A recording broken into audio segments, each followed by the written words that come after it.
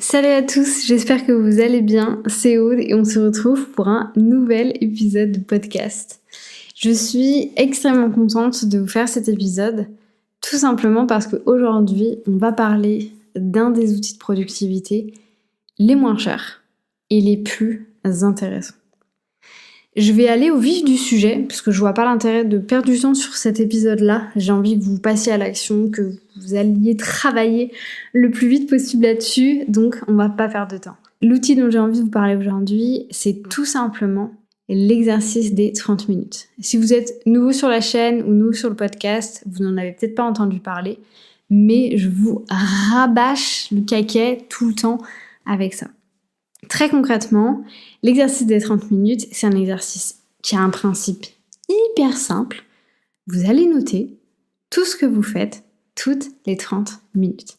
Alors, il y a plusieurs manières de le faire. En soi, vous pouvez le faire sur Google Calendar.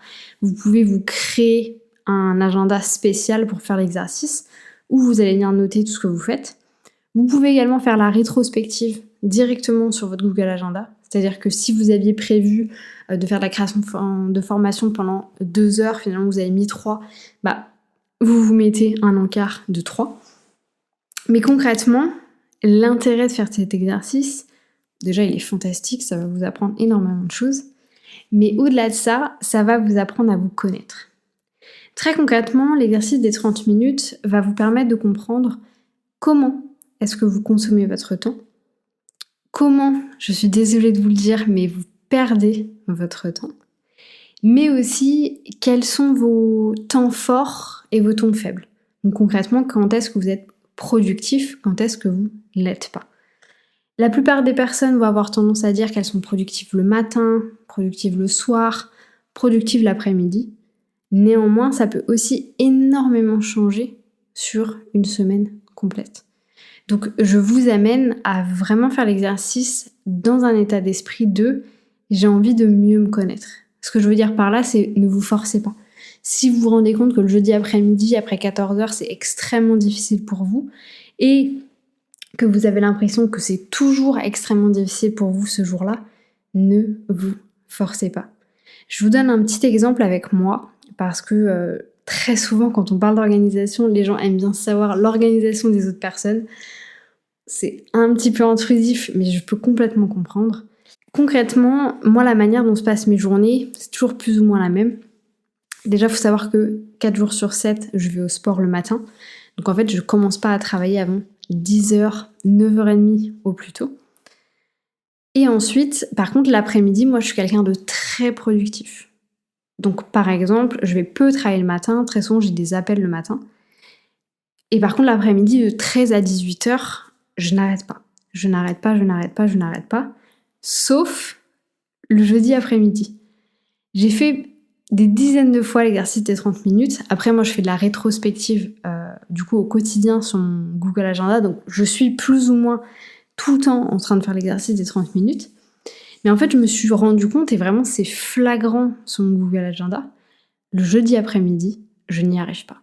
Le jeudi après-midi, je gère mal mon temps, je fais des tâches sur 2 heures, ça aurait pu me prendre une demi-heure si je l'avais fait à un autre moment. Enfin, j'ai la pire gestion du temps le jeudi après, ou le jeudi toute la journée d'ailleurs.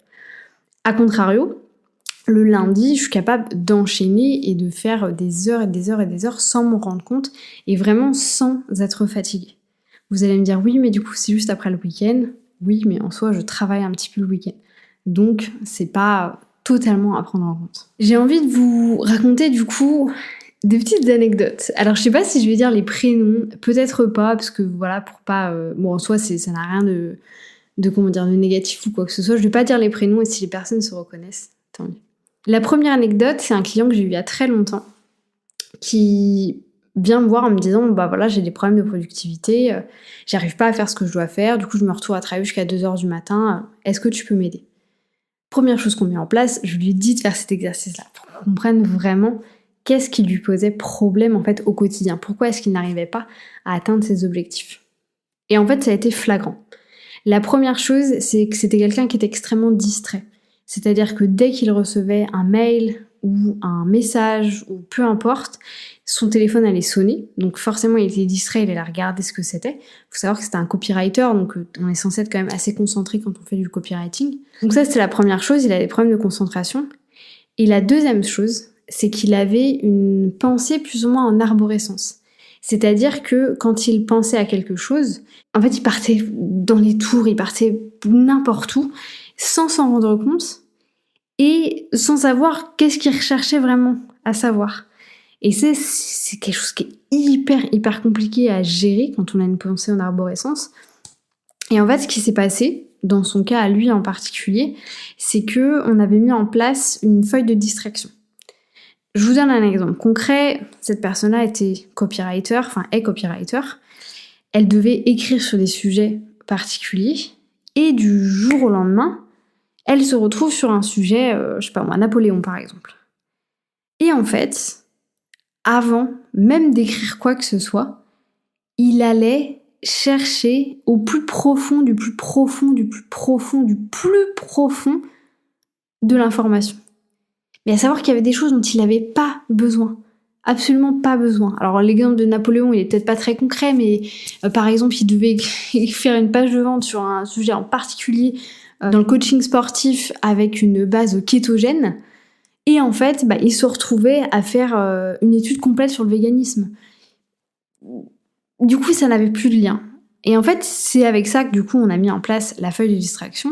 Et pour éviter que ses pensées aillent partout, dès qu'il sentait que la distraction arrivait et qu'il ouvrait un nouvel onglet sur son ordinateur, il allait noter sa distraction sur son petit papier.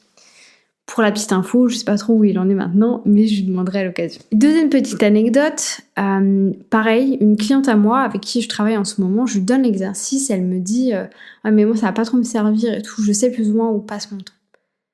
Je lui dis ok, très bien, mais moi ça fait partie des non négociables, tu fais cet exercice. Je reviens une semaine plus tard et elle me dit waouh, ah ouais, c'est genre là où passe mon temps, enfin j'en avais pas du tout conscience. J'avais pas du tout compris que ça marchait comme ça. Je me retrouvais à faire des épisodes de podcast 4 fois par semaine, alors que j'aurais très bien pu faire tout au même moment. Enfin, elle s'est rendue compte qu'elle avait du coup un problème d'organisation, ce qui lui créait un problème de productivité et ce qui lui créait d'avoir tout simplement une très mauvaise planification au quotidien. Ensuite, troisième anecdote, un client aussi avec qui je travaille, qui lui a tendance à beaucoup travailler le matin. Et quand je vous dis matin, c'est 4-5 heures du matin, il se lève et lui, il est réveillé, il est productif, etc. Et en fait, cet exercice-là, c'est quelqu'un avec qui j'ai travaillé pendant très longtemps. Et je lui ai fait faire cet exercice-là à plusieurs périodes de sa vie. Parce que c'était quelqu'un qui changeait beaucoup au niveau intuition et qui du coup, on devait beaucoup adapter l'organisation qu'on avait autour de tout ça. Et en fait, on s'est rendu compte que cette personne-là, je vous dis ça comme si j'étais une psy, mais vous avez compris le concept, avait vraiment des périodes hyper spécifiques dans sa vie. Donc l'automne, il était comme ça, l'hiver, il était comme ça, l'été, il était comme ça, le printemps, il était comme ça. Et du coup, ce que j'ai trouvé hyper intéressant à voir là-dedans, c'est que moi qui suis, je veux pas dire que je suis contre l'intuitif, parce que c'est pas vrai, mais je suis pas du tout quelqu'un d'intuitif, dans le sens où je suis très organisée et que ça me rend sereine d'être comme ça. C'est quelque chose que j'avais du mal à comprendre, le fait qu'il fonctionne avec son intuition et que ce soit plus facile pour lui l'hiver que l'été, le printemps que l'automne. Enfin, c'était complètement subjectif. Et en faisant en fait cet exercice-là, on est rentré dans le concret. On s'est rendu compte, ok, c'est comme ça qu'il fonctionne. Et en fait, dans ce cas-là, c'est vrai que nous, ça nous a beaucoup aidé, par exemple pour ses lancements. À savoir que quand il était, par exemple, en période de déclin, donc en période où c'était un peu plus compliqué pour lui, on n'allait pas organiser un lancement parce qu'il n'allait pas vouloir faire de page de vente, de vidéos de vente. Enfin, voilà, c'était tout un truc et du coup, c'est très intéressant de mieux se connaître quand on fait cet exercice-là. Dernière anecdote, et après j'en arrêterai avec ce podcast, c'est une de mes clientes avec qui, pareil, on a fait l'exercice 2 fois, donc au début et à la fin de l'accompagnement. Et en fait, on s'est rendu compte qu'elle avait vraiment des périodes sur la semaine. C'est-à-dire qu'elle avait une grosse période de déclin le mercredi. Et qu'en fait, c'était le jour où elle avait son plus gros coaching de groupe. Et du coup, elle devait être là, elle devait être énergétique, etc. Et du coup, ce qui se passait, c'est qu'elle puisait énormément dans ses ressources. Et du coup, arrivé le jeudi, elle était éclatée. Sauf que du coup, elle était éclatée le jeudi et parfois le vendredi. Et du coup, ce qu'elle a mis en place, c'est de décaler ces gros accompagnements plus tard dans la semaine et de prendre le mercredi, pas comme un temps off, mais un temps où elle allait faire des choses plus pour elle, des choses plus créatives, plus intuitives, etc. Et c'est quelque chose qui lui a permis, derrière, de finalement être beaucoup plus productive.